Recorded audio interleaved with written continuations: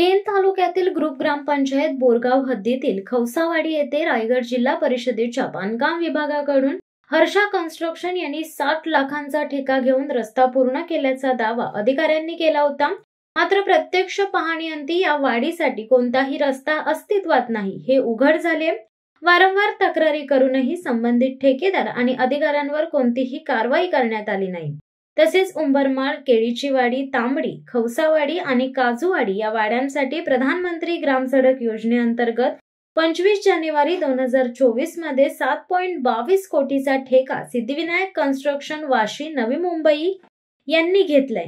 मात्र 1 वर्ष होऊन देखील वर्क ऑर्डरची मुदत संपूनही अद्याप काम सुरू झालेले नाही असा आरोप खवसावाडी येथील ग्रामस्थांनी घेतलेल्या पत्रकार परिषदेत केलाय। यावेळी पत्रकार परिषदेला सामाजिक कार्यकर्ते संतोष ठाकूर, ॲडव्होकेट सिद्धार्थ इंगळे, ॲडव्होकेट विकास शिंदे, नंदकुमार पवार, 5 वाड्यातील ग्रामस्थ प्रतिनिधी यशवंत खाकर, सुनील वाघमारे, काल्या काडू, गीता वाघमारे, पल्लवी खाकर, ग्राम संवर्धन सामाजिक संस्थेचे राजेश रसाळ, सचिन पाटील यांच्यासह आदिवासी महिला, पुरुष व विद्यार्थी या पत्रकार परिषदेत उपस्थित होते। जिल्ह्याचा प्रथम प्रशासकीय अधिकारी म्हणून रायगड जिल्हाधिकारी यांनी यावर कोणतीही ठोस भूमिका घेतली नाही।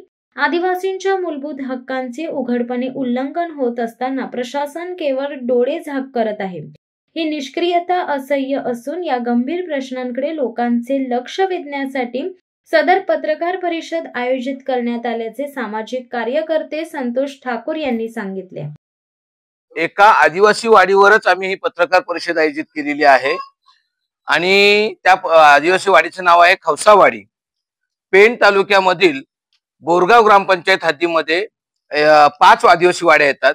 ह्या 5 आदिवासी वाड्यांमध्ये उंबरमाळ, केळीची वाडी, त्याच्यानंतर तांबडी, खवसावाडी आणि काजूवाडी अशा ह्या 5 वाड्या आहेत। दुर्दैवाची गोष्ट की आजपासून 2 वर्षापर्यंत ह्या वाड्या सुद्धा कुठल्याही ग्रामपंचायतीला कुठेही जोडलेल्या नव्हत्या।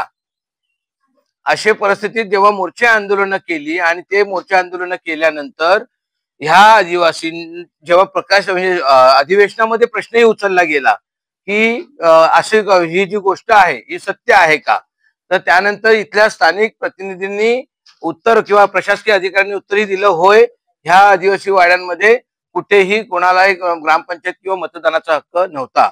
इथपर्यंतची हिस्ट्री झाल्यानंतर मग शासनाची धडपड सुरू झाली आणि मग ह्या वाड्या 1-1.5 वर्षापूर्वी बोरगाव ग्रामपंचायतीला जोडल्या गेल्या आणि त्याच्यानंतर पहिल्यांदा इलेक्शन झालं आणि पहिल्यांदा या लोकांनी ग्रामपंचायतीला मतदान केलं। ते मतदान केल्यानंतर ह्या वाड्यांच्या समस्या समोर आल्या। त्या समस्यांमध्ये रस्ता, पाणी आणि विजेचं सुद्धा म्हणजे आहे, पण ती म्हणजे आठवड्यातून 2 दिवस असते, 5 दिवस नसते।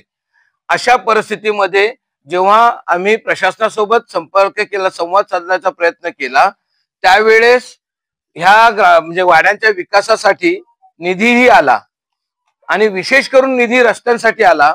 त्या रस्त्यांमध्ये सगळ्यात पहिला खवसावाडीसाठीचा रस्ता हा 60 लाखाचा रस्ता आला। 185 मीटर लांबीचा हा रस्ता होता, ज्या चढणीवर मुद्दाहून तुम्ही जिथून आला त्या चढणीवर, त्या चढणीपासून ते इथपर्यंत असा तो रस्ता होता।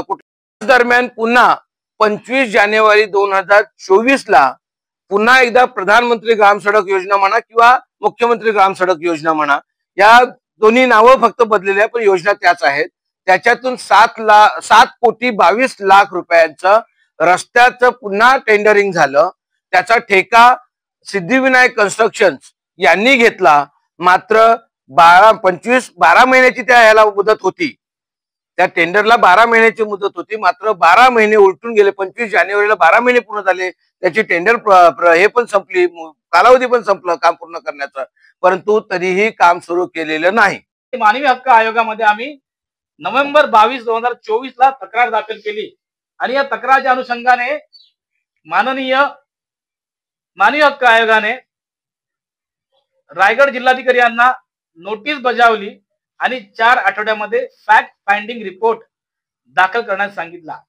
ही नोटीस फेब्रुवारी महिन्यात त्यांना गेली रजिस्ट्रारकडून आणि त्याच्यानंतर 4 आठवडे म्हणजे 4 आठवडे होऊन गेले आणि 4 आठवडे झाल्यानंतर आम्ही आज ही पत्रकार परिषद आपल्या समोर आयोजित करीत आहोत की आजही रायगड जिल्ह्याचे जिल्हाधिकारी हे मूग गिळून गप्प बसलेले आहेत. त्यांना या आदिवासींचं काही पडलेलं नाही आहे, यांच्या भविष्याचं काही पडलेलं नाही आहे. जर आदिवासी लोकांच्या हक्कांचं जर उल्लंघन होत असेल तर जिल्हाधिकाऱ्यांकडे विशेष पॉवर आहेत. 2012 साली राज्य शासनाने एक शासन निर्णय घेऊन आदिवासींच्या रक्षणासाठी जिल्हाधिकाऱ्यांना विशेष पॉवर दिलेले आहेत. मी सुनील यशवंत वाघमारे. गेल्या 2 वर्षापासून आम्ही आमच्या विकास कामांचा पाठपुरावा करतोय. भरपूर म्हणजे एक 5-6 मोर्चा आंदोलने झाल्यानंतर आमच्या वाट्याला रस्ते आणि पाण्याचे जलजीवन मिशन सुविधा या ठिकाणी आम्हाला देण्यात आली. परंतु आज आपण पाहताय की या रस्त्याला 60 लाख रुपये निधी मंजूर असताना सुद्धा एकही दगड या रस्त्याला दिसला नाही आपल्याला. आणि जर विचार केला तर फक्त 60 लाखामध्ये फक्त कटिंग केले आणि ती जी कटिंग झाली ती सुद्धा इतकी कटिंग घाणेरडी आहे की त्या रस्त्याने साधे बाईक सुद्धा आपल्याला घेऊन येता येत नाही. आज अवस्था पाहाल वाड्यांची तर खूपच भयानक अवस्था आहे. कारण मागेच आम्ही एक क्लिप व्हायरल केली की 4 किलोमीटर आम्ही त्या महिलेला खांद्यावरून या ठिकाणी वाडीपर्यंत तिचा मयत आम्ही घेऊन आलो.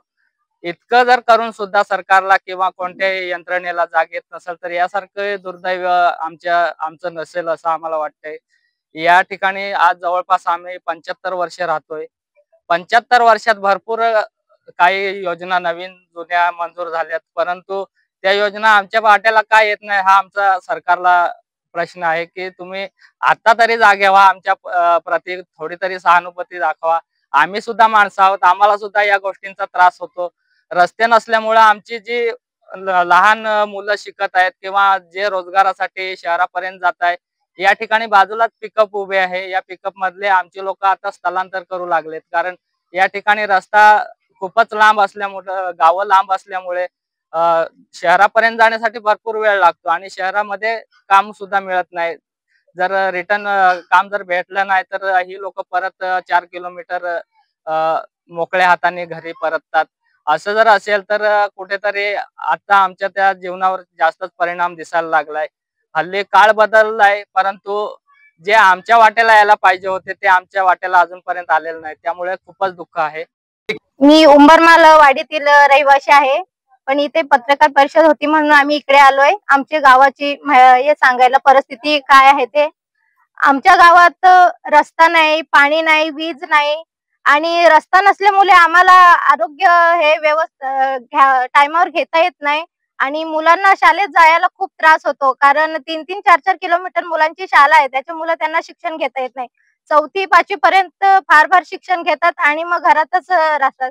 त्याच्यामुळे नोकरीचा विषय येतो, परत ह्याचा विषय नोकरीचा विषय येतो. त्याच्यानंतर मग घरातल्या परिस्थितीवर सगळा परिणाम पडतो त्याच्यावर. कारण नोकरी नसल्यामुळे काही जमतच नाही आणि पाणी प्यायला नाही. 2-2, 3-3 हांडे घेऊन आम्हाला डोंगरावर वरती जाऊन पाणी आणावं लागतं. प्यायला पाणी नाही, वापरायला पाणी नाही. शिवसत्ता टाइम्ससाठी देवा पेरवी पेन. दे धडक बेधडक वृत्त देणाऱ्या आपल्या शिवसत्ता टाइम्स न्यूज चॅनलला लाल बटन दाबून सबस्क्राईब करा आणि बेल आयकॉनला क्लिक करायला विसरू नका.